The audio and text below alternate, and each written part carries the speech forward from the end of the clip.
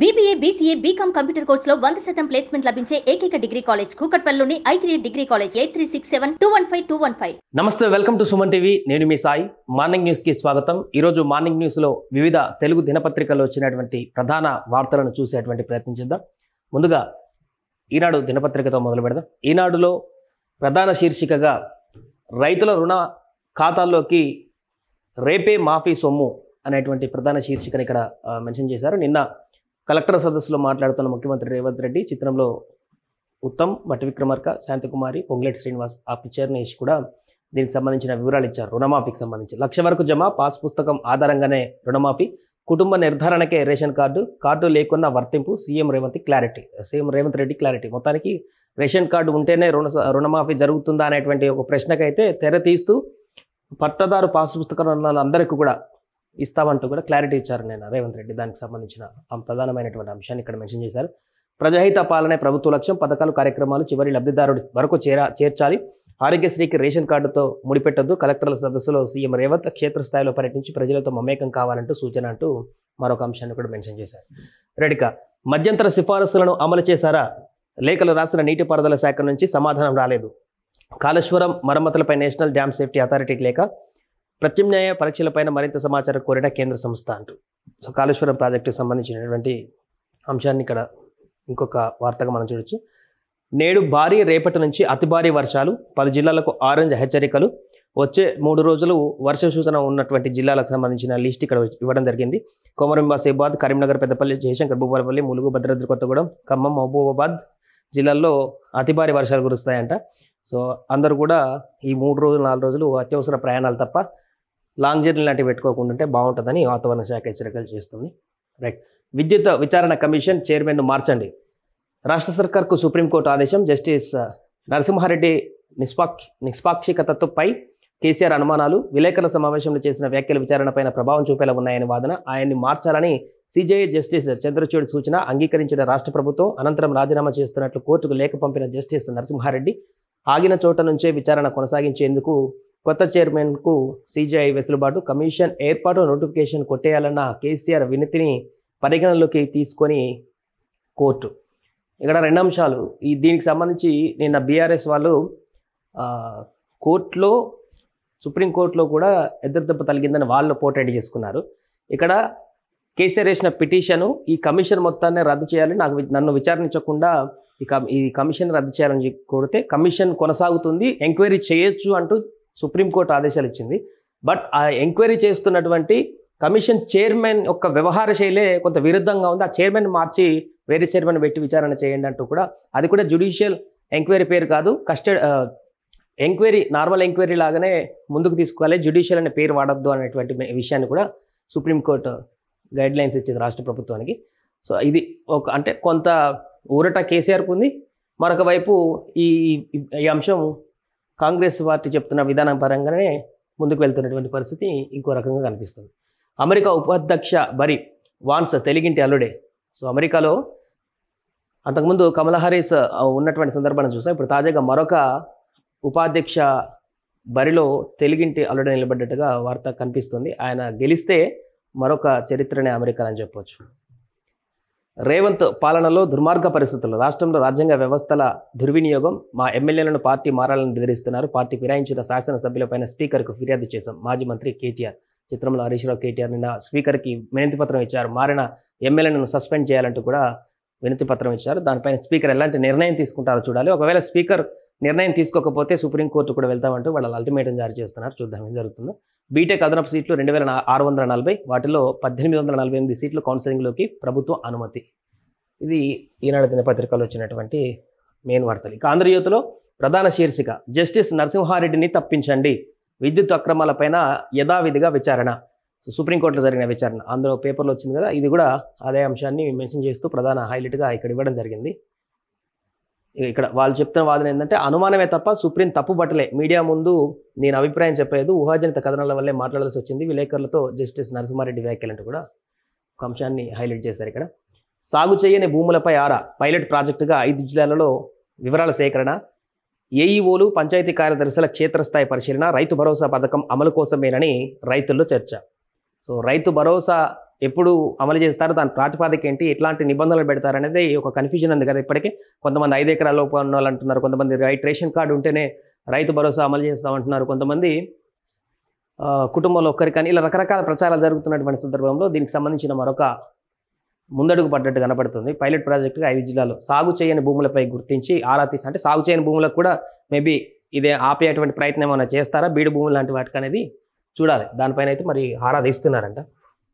లక్ష మాఫీ రేపే, తొలి విడతగా 1,00,000 వరకు రుణాలను వర్తింపు, ముఖ్యమంత్రి రేవంత్ రెడ్డి ప్రకటన. తొలి విడతగా 1,00,000 వరకు రుణాలకు వర్తింపు, పాస్బుక్ ఉన్న ప్రతి రైతు ఖాతాలో జమ, కుటుంబాన్ని గుర్తించడానికి మాత్రమే రేషన్ కార్డు లేని 6.36 లక్షల మందికి కూడా రుణమాఫీ అంటూ కూడా ఒక క్లారిటీ ఇచ్చారు.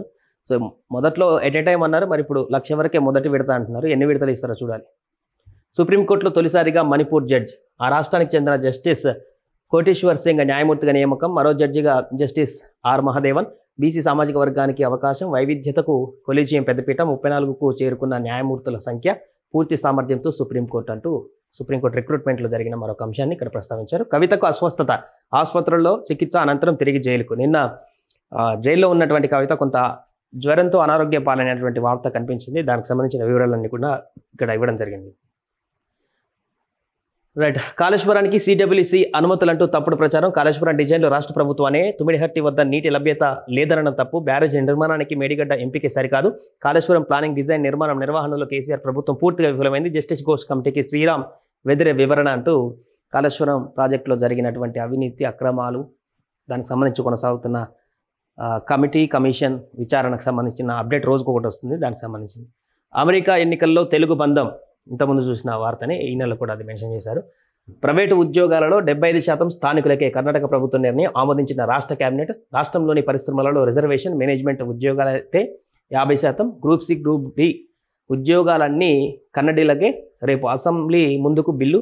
ఇతర రాష్ట్రాల వారికి తగ్గరన్న ఉపాధి, ఐటీ సంస్థల్లో భారీగా తెలుగువారు. బెంగళూరులో చాలామంది ఇక్కడ తెలుగు రాష్ట్రాల వాళ్ళు కానీ మిగతా రాష్ట్రాల వాళ్ళు కానీ ఐటీ ఉద్యోగాలు చేస్తున్నటువంటి వారి సంఖ్య వేలలో లక్షలలో ఉంటుంది. ఇప్పుడు ప్రైవేట్ ఉద్యోగాలు అంటే ఐటీ కంపెనీల్లో కూడా 75% రిజర్వేషన్ అనేది పెడతాయి ప్రైవేట్ కంపెనీల్లో. సో వారందరూ అక్కడి నుంచి వెళ్ళిపోయేటువంటి పరిస్థితి ఉంటుంది. మరి దాన్ని ఎట్లా చూస్తారో చూడాలి. స్విగ్గీ జొమాటోలతో మద్యం హోమ్ డెలివరీ పైలట్ ప్రాజెక్టుగా పలు రాష్ట్రాల యోచన. తొలుత బీర్, వైన్ సరఫరా. ఇప్పటికే ఒడిశా, పశ్చిమ బెంగాల్లో మద్యం హోమ్ డెలివరీకి అనుమతి. అదొక వార్త. 3,000 కోసం అమ్మమ్మ హత్య, గంజాయి మత్తులో మనవడి ఘాతుకం అంటూ ఖమ్మంలో జరిగినటువంటి ఘటనకు సంబంధించి క్రైమ్ న్యూస్. ట్రంప్పై హత్యాయత్నం వెనుక ఉక్రెయిన్. ఘటన అనంతరం సోషల్ మీడియాలో ఆ దేశ వైమానిక దళ హర్షాతిరేకం. సెక్యూరిటీ అనలిస్ట్ మార్క్ సెల్బుడా వెల్లడి. తాను గెలిస్తే ఉక్రెయిన్కు సైనిక సాయాన్ని నిలిపివేస్తానని ట్రంప్ ప్రకటించడం వల్లే అంటూ మరొక అంశాన్ని ఇక్కడ ట్రంప్పై దాడికి సంబంధించిన అంశాన్ని మెన్షన్ చేశారు. ఫిరాయించిన ఆ 10 మంది ఎమ్మెల్యేని అనర్హులుగా ప్రకటించండి, హరీష్ రావు స్పీకర్ని కలిసిన వార్త అది. 2 నెలల్లో 267 కిలోలు మలద్వారం ద్వారా బంగారం అక్రమ రవాణా, విలువ 167 కోట్లు. Chennai YouTuber gang arrest. Customs అధికారుల కళ్ళుగప్పేందుకు కొత్త ఎత్తుగడ. మలద్వారంలో బంగారంతో గంటసేపు మల విసర్జన, భంగిమలో కూర్చోగలిగేలా స్మగ్లర్లకు ప్రత్యేక శిక్షణ అంటూ ఎన్ని రకాల కస్టమ్స్ అధికారులు ప్రయత్నాలు చేసినా కూడా ఇట్లాంటి వాళ్ళు స్మగ్లింగ్ చేయడానికి సిద్ధపడుతూనే ఉన్నారు. ఎప్పటికి రోజు ఒకటి దొరుకుతూనే ఉన్నారు. 24న తెలుగు రాష్ట్రాలతో కేంద్రం సమావేశం, విభజన సమస్యలపైన చర్చించే అవకాశం అంటూ మరొక వార్త. అది ఎంతవరకు ముందడుగు వేస్తుందో చూడాలి. రైట్గా సాక్షి దినపత్రికల్లో ప్రధానమైనటువంటి శీర్షికగా పాస్బుక్ రుణాలు మాఫీ అంటూ రుణమాఫీకి సంబంధించి 3 పేపర్లు కూడా కామన్ ఐటంగా కనిపిస్తుంది. నిన్న ముఖ్యమంత్రి భేటీకి సంబంధించి రుణమాఫీకి ఎలా చేయాలనే దానికి సంబంధించి కూడా. ఇంజనీరింగ్లో పెరిగిన సీట్లు 2,640 ఆ పేపర్లో చూసాం. కాశ్మీర్లో ఉగ్రకాల్పులు, నరుగులు జవాన్లు వీరమరణం అంటూ కూడా నిన్న కాశ్మీర్లో జరిగిన ఉగ్ర దాడులకు సంబంధించినటువంటి వార్తను కూడా మెన్షన్ చేశారు. ఇటు విద్యుత్ కమిషన్ చైర్మన్ను మార్చండి, రాష్ట్ర ప్రభుత్వానికి సుప్రీంకోర్టు ఆదేశం. మీడియా సమావేశంలో కమిషన్ చైర్మన్ వ్యాఖ్యలు చేయడంపై అసహనం అంటూ నిన్న సుప్రీంకోర్టులో విద్యుత్ కమిషన్కి సంబంధించిన అంశం కూడా. ట్రంప్ ఉపాధ్యక్ష అభ్యర్థి ఉషాపతి మన తెలుగు అల్లుడే కాబట్టి ఆ అంశాన్ని కూడా హైలైట్ చేశారు ఇక్కడ. న్యాయ వ్యవస్థ గౌరవం కోసమే వైదొలిగా కమిషన్ చైర్మన్ నిన్న సుప్రీంకోర్టు తీర్పు తర్వాత ఆయన కూడా కొన్ని ప్రెస్ మీడియాతో మాట్లాడుతూ కొన్ని వ్యాఖ్యలు చేశారు. ప్రాణహిత చేవలను పక్కన పెట్టడం పెద్ద తప్పిదం, కేంద్ర జలశక్తి శాఖ సలహాదారు వెద్ర శ్రీరామ్ ఆరోపణ. అందులో జరిగినటువంటి తప్పిదాలను కూడా మెన్షన్ చేశారు. అంతా నిర్వహణ, అసలు ఆ ప్లేసే కరెక్ట్ కదా అంటున్నారు. ఎమ్మెల్సీ కవితకు అస్వస్థత అంటూ మరొక వార్త. నిన్న తిహార్ జైల్లో ఆమె అనారోగ్య పాలైంది.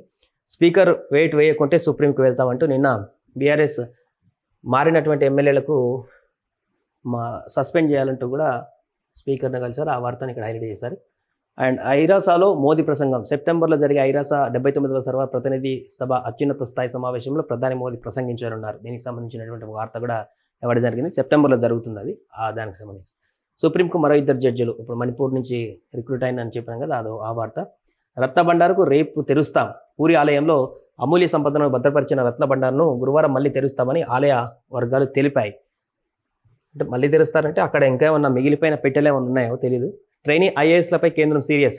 వివాదాలకు కేంద్ర బిందువైనటువంటి ట్రైనీ ఐఏఎస్ అధికారిని పూజా కేట్కర్ శిక్షణను నిలుపుదల వేస్తూ కేంద్రం ఉత్తర్వులు జారీ చేసింది. ఇది సాక్షిలో వచ్చినటువంటి ప్రధానమైనటువంటి వార్తలు. ఇక నమస్తే తెలంగాణలో చూస్తే జస్టిస్ నరసింహారెడ్డి రాజీనామా. సుప్రీంకోర్టు అభ్యంతరం. వైదొలగిన జడ్జి. విద్యుత్ కమిషనర్ బాధ్యతలను గుడ్ బై. నరసింహారెడ్డి తీరుపైన సీజే చంద్రచూడ్ ఆక్షేపణ అంటూ దీన్ని ప్రధాన శీర్షికగా తీసుకొని నిన్న సుప్రీంకోర్టు కమిషన్ చైర్మన్ని మార్చండి అని ఇచ్చిన అంశాన్ని వీళ్ళు ప్రధాన వార్తగా చూసారు.